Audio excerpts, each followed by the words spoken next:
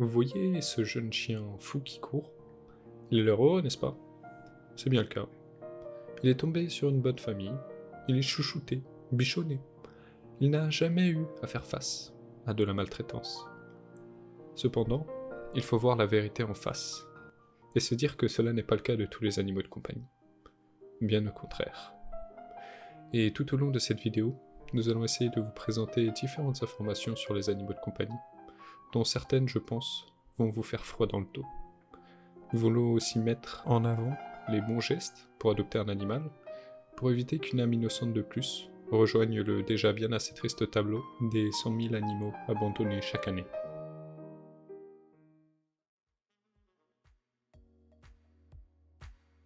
Avant 2015, en France, les animaux étaient considérés comme des meubles. En soi, des objets. Heureusement, depuis, ils sont reconnus comme des êtres vivants sensibles. Mais les avancées des dernières années n'empêchent pas que peu de gens soient poursuivis par la justice. En partie parce qu'il est difficile de prouver qu'une personne est coupable. Et généralement, les anciens maîtres nient les faits et disent que l'animal a fugué. C'est entre 60 000 et 100 000 animaux qui sont abandonnés chaque année. Pas très précis, je sais, mais c'est en grande partie dû au manque d'investissement du gouvernement. Aucune organisation gouvernementale ne recense le nombre d'animaux abandonnés. Les chiffres sont donc uniquement des approximations des associations comme la SPA ou encore 30 millions d'amis. Comment résoudre ce problème facilement ? Eh bien tout simplement un questionnaire officiel donné à chaque préfecture qui regroupe des informations comme combien d'animaux ont été recueillis, qui serait donné aux associations locales et indépendantes et bien évidemment aux fourrières. C'est ce que demande la SPA depuis de nombreuses années. Pour vous donner un ordre d'idée, en 2018, 44 000 chiens et chats ont été sauvés uniquement par la SPA et 38 000 d'entre eux ont été adoptés. Quand on a fait nos recherches, on s'est rendu compte qu'il y a une augmentation des violences sur les animaux. En 2019, la SPA a conduit 14 500 enquêtes, 30% de plus qu'en 2018. En plus de ça, la peine est d'un maximum de 2 ans d'emprisonnement et 30 000 € d'amende, pas de quoi faire peur donc. Si vous êtes témoin d'une maltraitance, surtout n'hésitez pas à contacter les autorités, le 17 ou le 112, sinon vous pouvez écrire une attestation décrivant les faits, date, heure et lieu, avec preuve à l'appui si possible et l'envoyer à la SPA.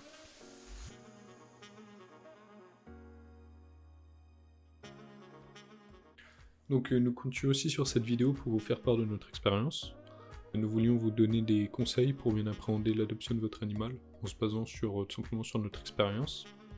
Tout d'abord, adopter ne doit pas se faire sur un coup de tête, et au contraire ça doit être un choix mûrement réfléchi en amont, car vous n'allez pas aller dans une animalerie et craquer sur le premier animal que vous voyez, sans penser aux répercussions ni aux potentiels problèmes que ça peut vous amener.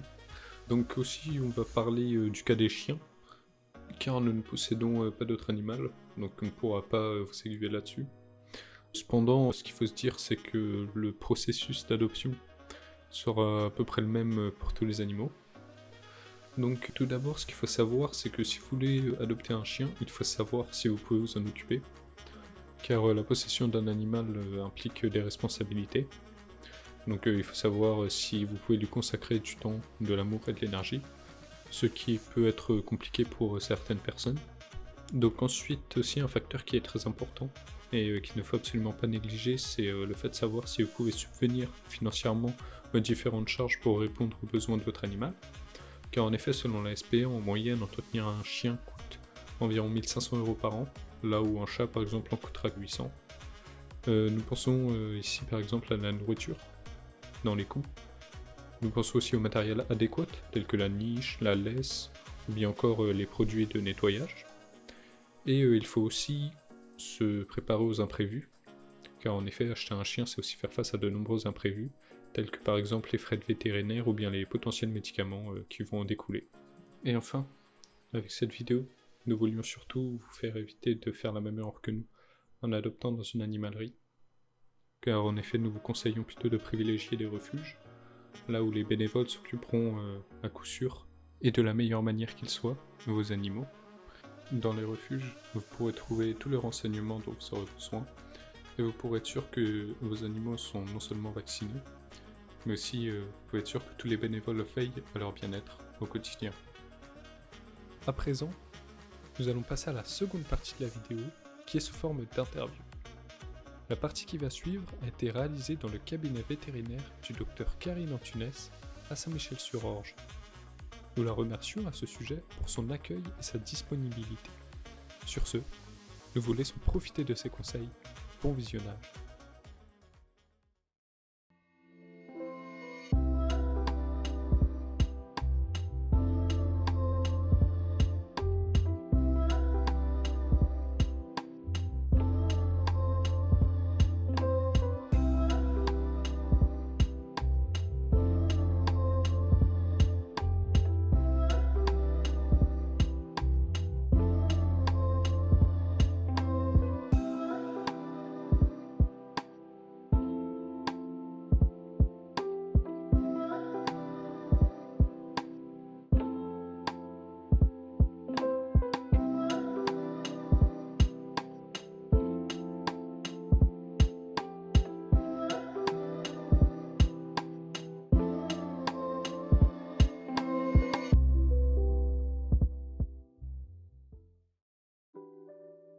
Alors bonjour, je m'appelle Karine Antunes et je suis vétérinaire maintenant depuis 15 ans et j'exerce exclusivement en ville. Donc je soigne les carnivores domestiques et les nouveaux animaux de compagnie, sauf les reptiles.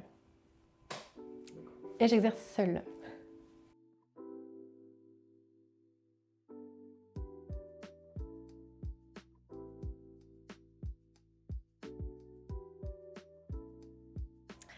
Alors, donc déjà, le vétérinaire, c'est le spécialiste de la médecine et de la chirurgie des animaux, de tous les animaux, donc les carnivores, les nouveaux animaux de compagnie, mais également les bovins, les ovins, les caprins, les porcins, les chevaux, les animaux sauvages.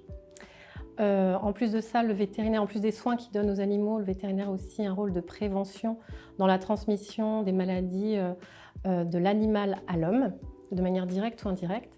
Et en plus, il assure aussi le contrôle sanitaire des produits animaux qui entrent dans l'alimentation humaine. Donc il a un vrai rôle de sécurité alimentaire de toutes les denrées d'origine animale, donc le lait aussi, les œufs, le miel, etc. Pour un vétérinaire type en ville, comme moi, dans une journée type, en général, on fait donc des chirurgies et des consultations. Moi, j'aime bien le matin faire les chirurgies en fin de matinée, comme ça, si ça déborde un peu, ça se passe sur l'heure du déjeuner, donc ça ne gêne pas les consultations. Le matin, on fait aussi pas mal les suivis ou les petits contrôles post-chirurgicaux. Et l'après-midi, c'est plutôt exclusivement les consultations et avec des petits créneaux aussi pour tout ce qui est urgence, les imprévus d'une journée typique. Donc ce qui est compliqué, je dirais, dans l'exercice de tous les jours, c'est justement cette gestion parfois où des consultations peuvent prendre plus de temps, où il y a des imprévus, donc comme je disais, des urgences qui peuvent vraiment venir bousculer alors qu'on doit aussi honorer les rendez-vous qui ont été pris. Et puis, ce qui est compliqué en dehors de l'organisation d'une journée type, c'est aussi le temps consacré à la clinique aux dépens du temps personnel qui, du coup, est un petit peu, on finit tard, on rentre tard à la maison et c'est souvent au dépens de notre vie personnelle. Ça, c'est des choses un peu compliquées où il faut vraiment qu'on arrive à jongler avec tout ça. Et ce que je fais donc le plus couramment dans une journée, donc en chirurgie, dans une petite structure comme ça, sans rentrer dans les détails, c'est vraiment tout ce qui est chirurgie de convenance, donc les stérilisations des animaux.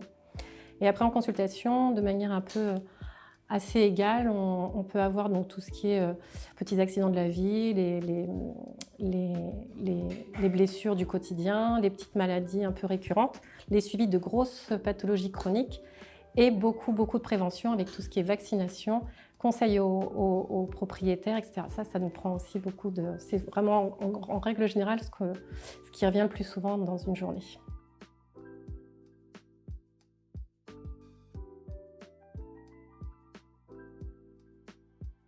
Moi, j'aime mieux l'adoption, si c'est possible, en élevage. Alors, il y a les bons élevages et il y a ce qu'on appelle des usines à chiots. Donc, comment on peut différencier le bon élevage de l'usine à chiots? Souvent, les éleveurs, déjà, de base, ce sont des passionnés. Ils connaissent très bien les animaux qu'ils ont envie d'élever justement. Et très rarement, ils ont plus de... Souvent, ils font qu'une seule race d'ailleurs, de chien ou de chat. Et parfois, il peut y en avoir 2, 3, mais rarement plus de 3, 4. Vraiment un éleveur qui est vraiment... Et souvent, ce sont des éleveurs type un peu familiaux. Donc, ils connaissent bien leurs animaux, ils connaissent très bien la race. Et pour reconnaître un bon éleveur aussi, normalement, il y a une vraie volonté de transparence de la part de l'éleveur, c'est-à-dire qu'on doit pouvoir se déplacer et voir l'élevage. Il y a certainement des pièces pour lesquelles l'accès est un peu restreint, notamment la maternité entre guillemets ou les petits-naissent, etc. Mais après, vous devez pouvoir voir comment évoluent les animaux dans l'élevage. On doit pouvoir voir aussi les parents, voire au moins la mère qui évolue avec les petits. Un éleveur qui est plutôt sur la réserve sur son élevage, ça peut voilà, être un petit peu suspect. Après, souvent, l'âge légal d'adoption du chiot et du chaton, c'est 8 semaines. Mais moi, je pense que par rapport au développement du chiot, l'idéal, c'est plutôt aux alentours des 12 semaines. Et souvent, les éleveurs, les bons élevages ne sont pas vraiment pressés de se débarrasser du chiot et ils respectent bien l'âge d'adoption. Après, on peut aussi les acheter en animalerie. Alors en animalerie, ce qu'il faut regarder, c'est aussi la propreté de l'environnement, de comment sont les chiots, leur état général, leur propreté sur leur corps aussi au niveau du pelage et les oreilles, les yeux, etc. Et il faut aussi vérifier les papiers. Normalement, on doit pouvoir vous montrer les carnets de santé des animaux qui sont en vente et vérifier donc que l'animal, normalement, c'est une obligation, est identifié et vérifier qu'il ait au moins ses premiers vaccins. Et une chose dont il faut faire aussi très attention, c'est vérifier l'origine de l'animal et s'il a des papiers étrangers ou pas. Normalement, ça devrait rester en France. Quand ils viennent de l'étranger, voilà, ça peut être des choses un peu sur des élevages pas toujours très, très corrects.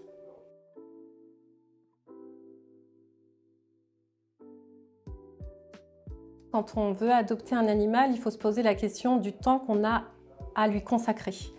C'est-à-dire que si vous avez une vie où vous partez très tôt le matin, vous rentrez très tard le soir, l'animal reste tout seul à la maison et du coup, c'est pas l'idéal pour lui. Il aura tendance à s'ennuyer et puis il faut sortir, il faut pouvoir s'en occuper.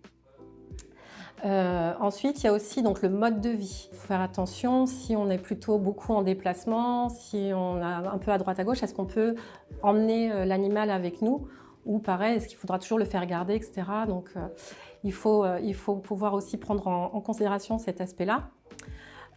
L'autre aspect, c'est aussi l'espace. Donc si on hésite à adopter un animal, est-ce qu'on a suffisamment d'espace ou en tout cas un espace qui sera adapté à cet animal? Si on est sur un petit studio, peut-être éviter d'adopter un chien d'une certaine taille. Peut-être le chat sera un peu plus adapté à un petit espace.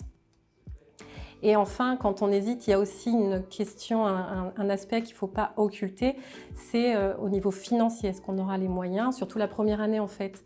Il y a beaucoup de consultations où on doit donc déjà faire les vaccinations première année.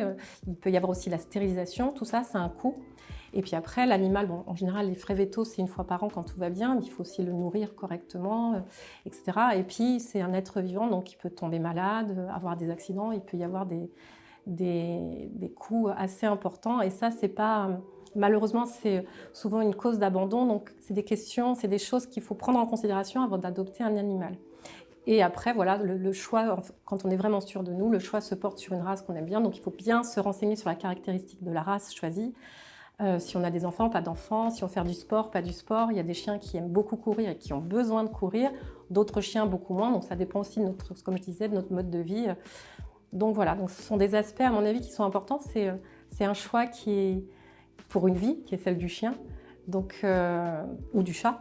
Et donc du coup, voilà, il faut à mon avis se poser les bonnes questions et quand tout est bien cadré, hop, on peut se lancer.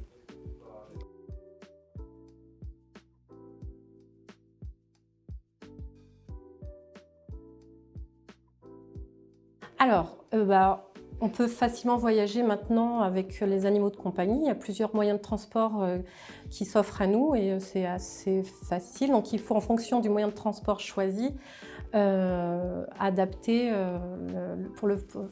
adapter le voyage du chien en fonction du moyen de transport choisi. Donc, par exemple, on peut partir en avion et dans ces cas-là, le chien ou le chat devra voyager dans une cage, donc il faut adapter la taille de la cage en fonction de la taille de l'animal, évidemment, et se renseigner aussi auprès des compagnies aériennes parce qu'en fonction du poids de l'animal pourra être soit avec nous en cabine, soit au-delà d'un certain poids, il sera forcément en soute.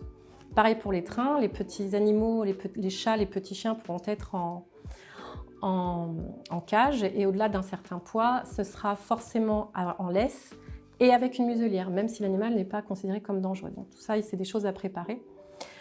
Pour la voiture, pareil, toujours la cage pour les chats, petits chiens. On peut aussi faire voyager le chien dans une grande cage. Donc pareil, en fonction aussi de la taille de la voiture, c'est un aspect à prendre en considération.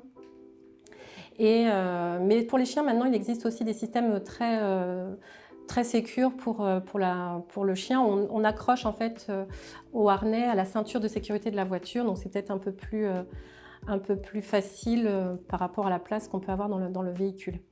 Il faut faire attention quand on voyage, alors, surtout en voiture. Moi je dis toujours, on voyage avec un chien comme on voyage avec un enfant. Prévoir ce qu'il ne soit pas exposé au soleil, donc prévoir des pare-soleil dans la voiture, par exemple, et voyager, s'arrêter toutes les 2 heures, le faire sortir pour qu'il puisse se rafraîchir, boire, se dégourdir, faire ses besoins. Après, donc, pour tout ce qui est vaccination, l'animal, où que vous alliez, l'idéal de toute façon, et pour sa vie, même quand on ne bouge pas, c'est de tenir toujours les vaccins bien à jour. Il y a une obligation, par contre, quand on part à l'étranger avec son animal, il faut que l'animal donc soit identifié par puce électronique, il faut qu'il soit vacciné contre la rage et qu'il ait un passeport européen. En plus, il faut que la date de vaccination de la rage soit bien valable au moment du voyage. Donc ça, il faut s'y prendre un petit peu à l'avance.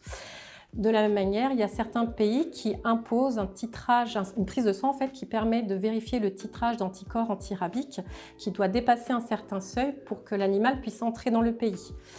Et pour le retour en France, en fonction de la provenance du pays dans lequel vous avez voyagé, il se peut que ce test soit demandé également pour revenir en France. Donc il faut vraiment s'y prendre quelques mois en fonction vraiment de la destination, un petit peu à l'avance. Après, en termes d'accessoires, il n'y a pas vraiment besoin de beaucoup de choses.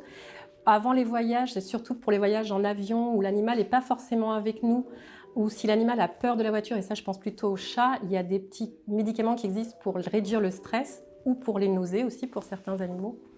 Et ça, il faut se rapprocher du vétérinaire, pareil, quelques temps avant le voyage.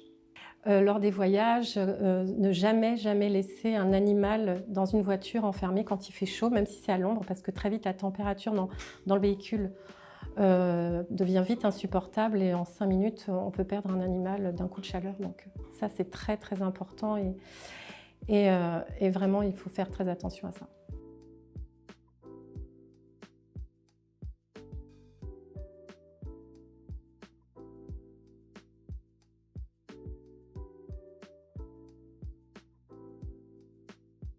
Alors, mis à part pourvoir à ses besoins, les besoins les plus basiques, c'est-à-dire le nourrir correctement, le soigner quand il a besoin, etc. Le chien, il a juste besoin de temps et de présence. Juste le fait que vous soyez avec. Et là, il sera heureux et épanoui. Donc voilà, au-delà du truc basique, le nourrir, voilà, ces choses, le nettoyer s'il est sale, enfin toutes ces choses-là, le toiletter s'il a besoin d'être toiletté, juste lui consacrer du temps.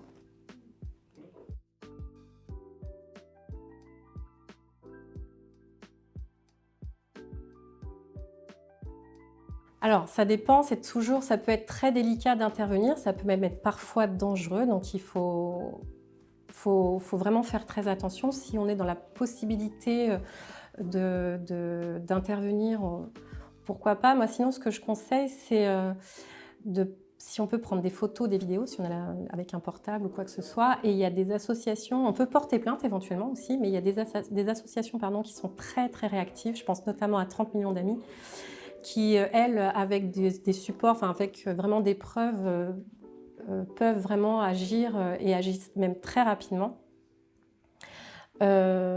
Sinon, voilà, moi je pense qu'il ne faut pas être indifférent. Il faut, si on peut intervenir, dire quelque chose, mais parfois ça peut être dangereux parce qu'on ne sait jamais comment les gens peuvent réagir. Et surtout le signaler. Donc je vous dis, il y a des assos, la police, il y a des choses maintenant, ça rentre un petit peu plus dans la conscience des gens, on fait un peu plus attention. À la limite, on peut aussi en parler aux vétérinaires, parce que nous, des fois, on sait ce qu'on peut faire. Moi, ça m'est déjà arrivé, et j'avais contacté directement 30 millions d'amis, en fait.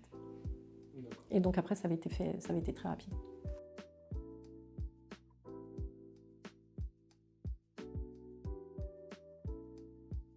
Alors, oui, je pense que ça évolue quand même, parce que dernièrement, l'animal a été quand même considéré comme être sensible.